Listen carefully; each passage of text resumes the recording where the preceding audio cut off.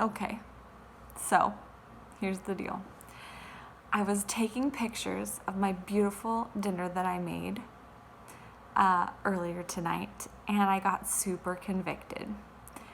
And not because I fudged any of the ingredients. I mean, it was a legit on point dinner. There was turmeric and bone broth and brown rice noodles and just about every good thing on the planet, including lots of colorful veggies and organic miso full of healthful bacteria and probiotics and prebiotics, and it was fantastic. The dinner was not the problem. The problem was my attitude and my conviction about what was coming after dinner, that I knew was coming after dinner because I had planned it. And that was this. Okay. This is like 60% cupcake, 40% frosting. And don't be fooled by the color. That's not bran. It's just half chocolate, half vanilla cake from the box. There's no beet powder.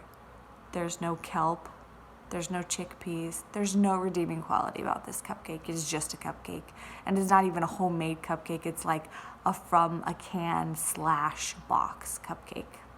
I don't even know what brand. Okay, so this is the conviction part. I'm a nutritionist. Nutrition saved my life. I'm very passionate about helping people figure out a customized, individualized nutritional approach, whether it's supplements or dietary interventions that are going to help them figure out how to live healthy and well. Where does the cupcake fit in this paradigm? It doesn't. So you don't need a master's degree to know that sugar is bad for you.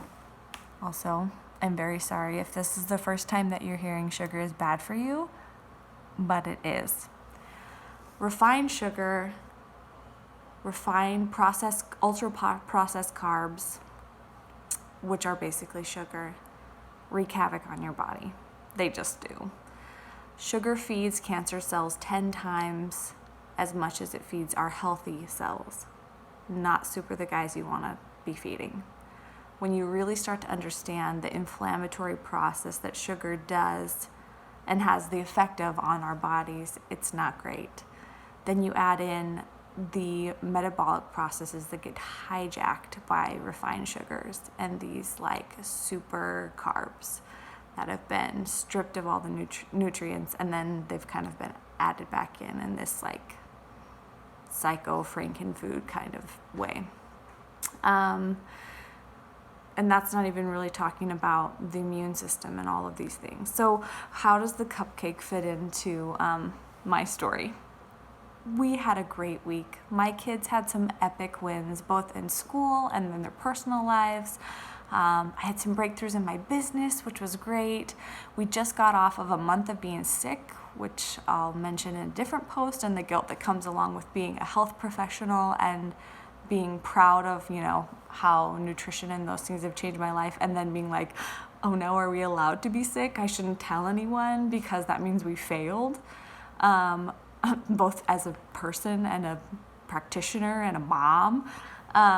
But the cupcakes just were fun.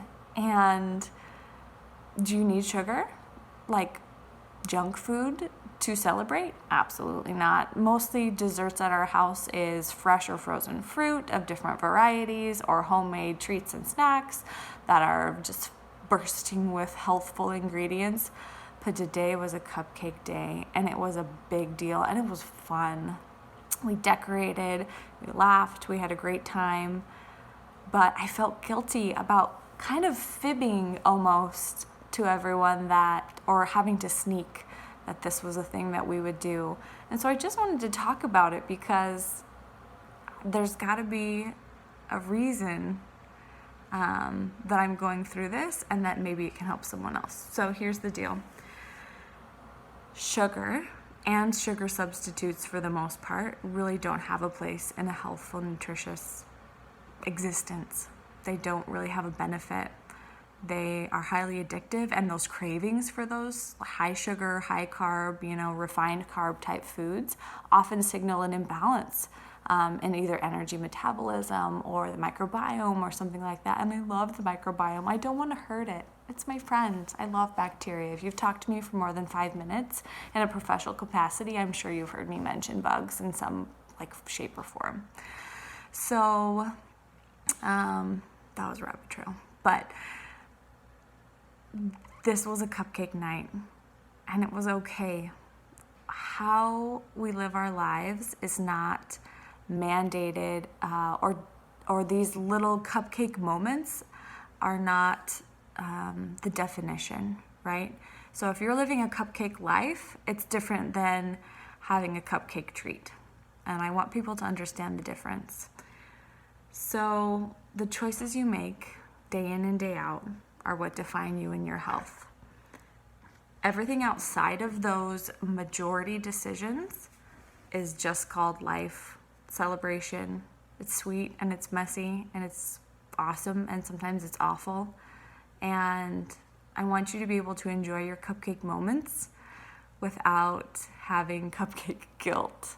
And so I'm going to set an example of doing just that. I had a super epic, healthy day with all of my kids. They made great choices for the most part, and we reveled in our cupcakes. We won't eat them every day. Hopefully. There's not that many left over, so we should be okay. But I just wanted to be real for a minute and let you know that kind of the short and the long of it, or the skinny and the fat, I don't really know, is that when your cupcakes are moments and not a lifestyle, you're going to be okay.